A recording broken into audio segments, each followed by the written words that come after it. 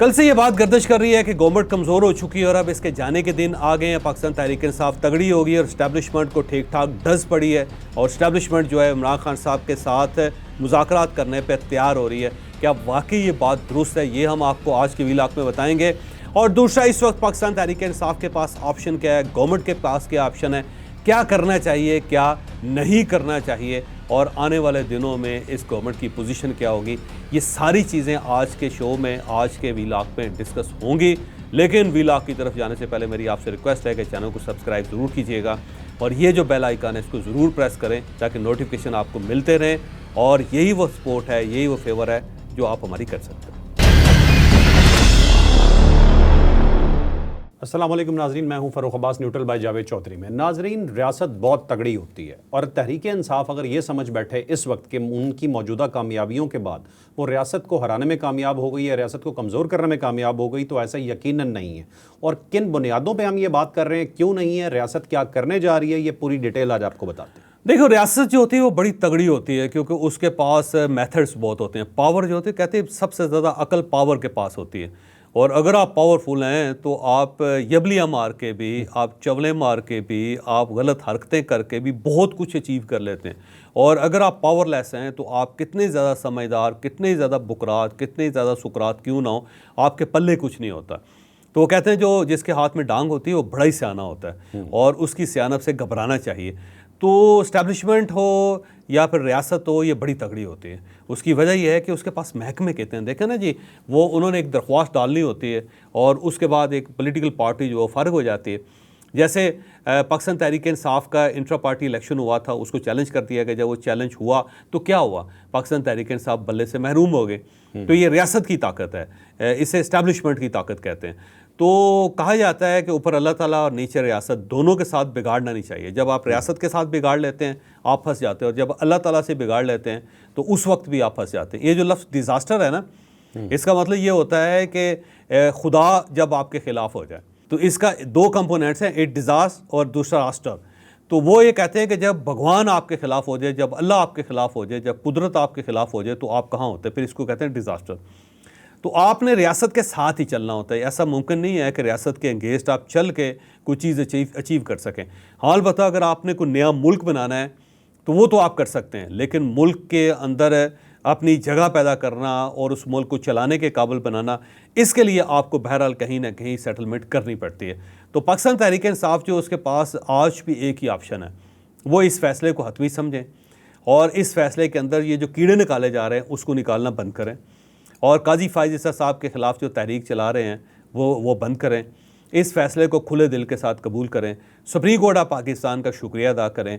उसके बाद कौमी असम्बली में आएँ और एक अच्छी अपोजिशन का किरदार अदा करें। Pakistan Tehreek Insaf as a party वहाँ पे एग्जिस्ट करे और उसके बाद ये ऐलान करें कि जनाब हम इस सिस्टम में चलने के लिए तैयार हैं। अब सवाल ये है कि अगर आप इस सिस्टम को नहीं मानते तो यही सिस्टम आपको बेनिफिट्स भी दे रहा है और इसी बेनिफिट्स के साथ, इन्हीं बेनिफिट्स के साथ आप इसी सिस्टम के अंदर बैठे हुए हैं। तो आप कैसे अपने आप को अलग कर सकते हैं उस सिस्टम से जबकि आप खुद बेनिफिशरी हैं? तो इसको तस्लीम कर लेना पाकिस्तान तहरीक इंसाफ के लिए बड़ी फेवरेबल है। लेकिन इमरान खान साहब की जो नेचर है ना, वो मानने वाले बंदे नहीं हैं। उनका प्रॉब्लम ये है कि सामने अगर दीवार भी है तो उसको टकरे मारते रहेंगे उस वक्त तक जब तक खुद नहीं जाते या फिर दीवार नहीं जाते। उनके लिए दरमियान का रास्ता मौजूद नहीं होता। वो दरमियान के रास्ते को कबूल नहीं करते, वो दरमियान के रास्ते को तस्लीम नहीं करते और यही उनका सबसे बड़ा इशू है। लेकिन वो इसको अचीवमेंट भी समझते हैं अपनी। वो कह रहे हैं, देखें जी, पाकिस्तान की हिस्ट्री में, 76 साल की हिस्ट्री में सिर्फ पाकिस्तान तहरीक इंसाफ पहली पार्टी है जिसने इस्टेब्लिशमेंट को आगे लगा लिया और अल्टीमेटली इस्टेब्लिशमेंट को इनकी बात माननी पड़ी और उनका बस नहीं चल रहा हाई कोर्ट्स और सुप्रीम कोर्ट ऑफ पाकिस्तान के अंदर। तो वो इस चीज़ का जश्न मना रहे हैं। लेकिन याद रखें कि इस्टेब्लिशमेंट हो या रियासत हो, उसके पास बहुत टूल्स होते हैं और उन टूल्स के ज़रिए वो कुछ ना कुछ करते रहते हैं और अल्टीमेटली आपको बैठना पड़ता है। मैं पाकिस्तान पीपल्स पार्टी की मिसाल आपको देता हूँ कि जुल्फ़िकार अली भुट्टो साहब थे। अब जो जुल्फ़िकार अली भुट्टो साहब हैं वो इमरान खान साहब के मुकाबले में कहीं बड़े लीडर थे, लेकिन जब वो शिकंजे में आए स्टेट के तो उनके साथ क्या हुआ, उनको फांसी लगा दिया गया। और उस वक्त पाकिस्तान पीपल्स पार्टी का ख्याल ये था कि पूरी दुनिया पाकिस्तान का बाइकाट कर देगी, लेकिन किसी ने कोई बाइकाट नहीं किया। बल्कि अपने जो दोस्त थे उनके वो जनरल ज़िया-उल हक के दोस्त बन गए, जिसके अंदर आप हाफिजुल असद को देख लें, उसके अंदर आप अनवर सदात को देख लें, आप कर्नल कज़ाफ़ी को देख लें, उसके अंदर टर्की की गवर्नमेंट को देख लें, उसको सऊदी अरेबिया की गवर्नमेंट को देख लें। उसमें बहुत सारे ऐसे मुल्क थे जो भुट्टो साहब को हासिल करना चाहते, जिनका ये कहना था कि आप भुट्टो साहब हमारे हवाले करते, लेकिन जनरल ज़िया-उल हक साहब ने उनको फांसी चढ़ा दिया। और उसके बाद पाकिस्तान पीपल्स पार्टी को क्या करना पड़ा? पाकिस्तान पीपल्स पार्टी को बाकायदा एस्टैब्लिशमेंट के साथ सेटलमेंट करके मोहतरमा बेनज़ीर भुट्टो को इक़्तिदार में आना पड़ा। उन्हें असलम बेग साहब के साथ कंप्रोमाइज़ करना पड़ा। और बड़ा मशहूर वाक़या है कि जब असलम बेग के घर वो गईं, और ये उनकी नॉमिनेशन से पहले वो गई थी, असलम बेग साहब ने उनको इंटरव्यू के लिए बुलाया था कि आप तशरीफ़ लाएँ और खाना खाने के लिए। तो उसमें आसफ अली ज़रदारी साहब भी गए थे और साथ मलक रियाज साहब इनको लेके गए थे उस वक्त भी, याद रखिएगा 1988 में। तो उसमें आसफ अली ज़रदारी साहब थे, फिर मोहतरमा बेनज़ीर भुट्टो थी, असलम बेग साहब ने अपने घर में उनको खाना खिलाया।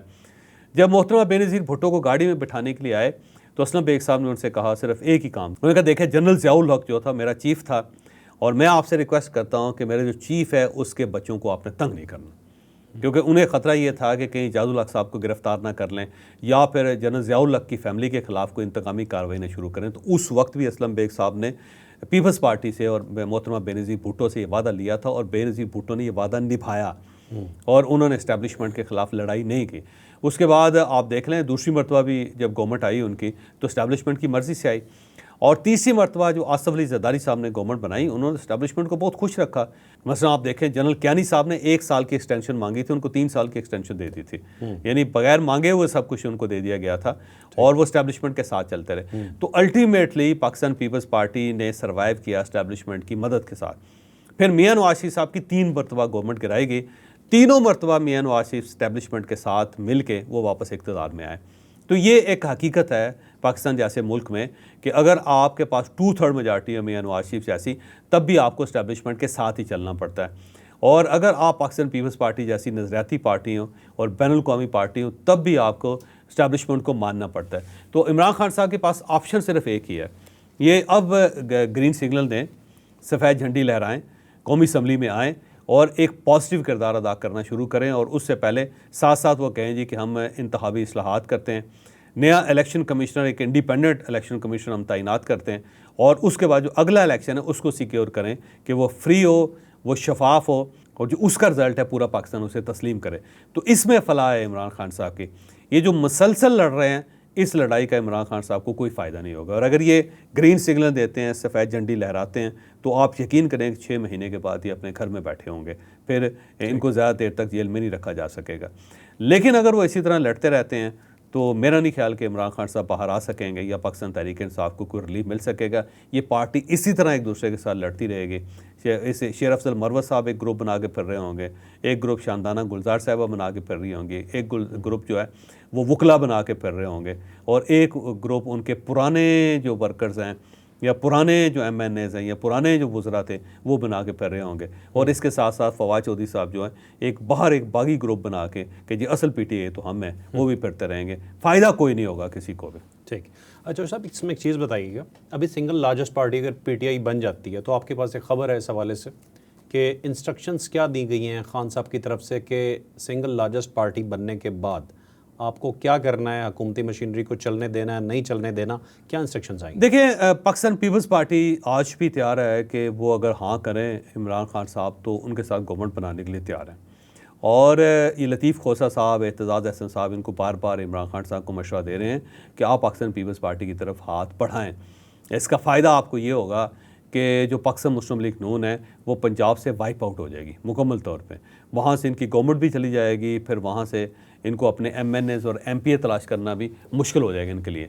तो आप पाकिस्तान पीपल्स पार्टी की तरफ आएँ तो फिर पंजाब के अंदर इमरान खान साहब और आसफ अली ज़रदारी साहब दोनों आएंगे और वो जो स्पेस है पाकिस्तान मुस्लिम लीग नून की वो खा जाएंगे। तो पाकिस्तान पीपल्स पार्टी जो चाहती है कि इमरान खान साहब आगे बढ़े और उनके साथ गवर्नमेंट बनाई जाए, तो उनको उसका फ़ायदा है, क्योंकि जो 2-4 रही सही सीट्स हैं वो भी हासिल कर लेंगे इससे। लेकिन इमरान खान साहब सरदस्त नहीं मान रहे, क्योंकि 2 चीज़ें, एक तो उनको ये महसूस हो रहा है कि अगर पीपल्स पार्टी के साथ हमने गवर्नमेंट बनाई तो हमारे वर्कर्स नाराज़ हो जाएंगे, वो कहेंगे जनाब इसी ज़रदारी को तो आप बीमारी कहते थे, आज उसी बीमारी को गले लगा रहे हैं आप। दूसरा, उनको ये महसूस होता है कि पंजाब के अंदर जो हमारी स्पेस है वो भी पाकिस्तान पीपल्स पार्टी हमारे साथ शेयर कर लेगी, उसका भी फ़ायदा पाकिस्तान पीपल्स पार्टी को होगा। तीसरा, उन्हें ये ख़तरा है कि हमें बिलावल भुट्टो को प्राइम मिनिस्टर बनाना पड़ेगा, क्योंकि बिला वजह पाकिस्तान पीपल्स पार्टी इनके साथ नहीं बैठेगी। तो बिलावल भुट्टो साहब जो प्राइम मिनिस्टर बनेंगे तो उसका भी पाकिस्तान तहरीक इंसाफ को नुकसान है। तो वो इमरान खान साहब सरदस्त नहीं मानेंगे, और अगर पाकिस्तान तहरीक इंसाफ के साथ इनका कोई रोमांस चल पड़ता है तो इमरान खान साहब फिर भी जेल में रहेंगे, क्योंकि पीपल्स पार्टी को फ़ायदा इसी में है कि इमरान खान साहब अंदर ही रहें, पार्टी इनके साथ हो और ये मिल मिला के गवर्नमेंट बना लें। चले 2 साल जो होंगे वो बिलावल भुट्टो प्राइम मिनिस्टर हो जाएंगे, 2 साल इमरान खान साहब की पार्टी का कोई बंदा हो जाएगा। हो सकता है बुशा बीबी को प्राइम मिनिस्टर बना दिया जाए, या अलीमा खान साहबा को प्राइम मिनिस्टर बना दिया जाए MN इलेक्ट करवा के। तो ऐसा भी एक अरेंजमेंट हो सकता है, चांस इसके भी हैं। लेकिन अब क्या आसिफ अली जरदारी साहब इमरान खान साहब के ऊपर एतमाद करने के लिए तैयार हैं, या इमरान खान साहब आसिफ अली जरदारी साहब के ऊपर एतमाद करने के लिए तैयार हैं? ये एक बहुत बड़ा सवाल है। ये सवाल, इसका जवाब मिल जाए तो ये इत्तेहाद हो सकता है, वरना ये मामला इसी तरह चलेगा।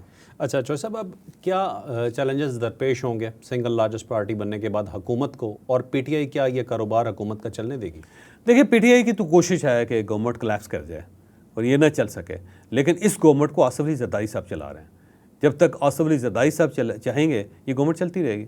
जब आसिफ अली जरदारी साहब नहीं चलेंगे तो गवर्नमेंट ख़त्म हो जाएगी, फिर तो गवर्नमेंट मुक गई ना जी, फिर तो काम ख़त्म हो गया आपका, फिर नहीं चलेगा। तो वो आसिफ अली जरदारी साहब के ऊपर है। लेकिन ये जो फैसला है इससे आसिफ अली जरदारी साहब बड़े तगड़े हो गए। तो वो जो पहले मियाँ शहबाज शरीफ साहब बगैर मशवरे के बहुत सारे काम कर देते थे ना, अब वो ख़त्म हो जाएगी। अब मशवरा उन्हें जगह जगह बार बार आसिफ अली जरदारी साहब से करना पड़ेगा, और आसिफ अली जरदारी साहब की उंगली पकड़ के मियाँ शहबाज शरीफ साहब को चलना पड़ेगा। ठीक है, मतलब डिपेंडेंसी अब मज़ीद बढ़ गई, बहुत बढ़ गई। ठीक है नाजरीन, आपने आज का व्लॉग सुना, और आज हमने एक ऐसा तज्जिया या ऐसा प्रोग्राम आपके लिए पेश किया कि जिसमें आपको फ्यूचर प्रोडिक्शन कर सकें कि जो फैसला आया है रिज़र्व सीट्स का, उसके बाद क्या कुछ हो सकता है, हुकूमत क्या करेगी, PTI के लिए क्या नुकसानदेह है, क्या फ़ायदेमंद है, तमाम चीज़ें आपको बताई। फ़ैसला आपने ख़ुद करना है। कमेंट्स में अपनी राय का इज़हार कीजिएगा, लाइक शेयर सब्सक्राइब करना ना भूलिएगा। इजाज़त दीजिए, अल्लाह हाफ़िज़।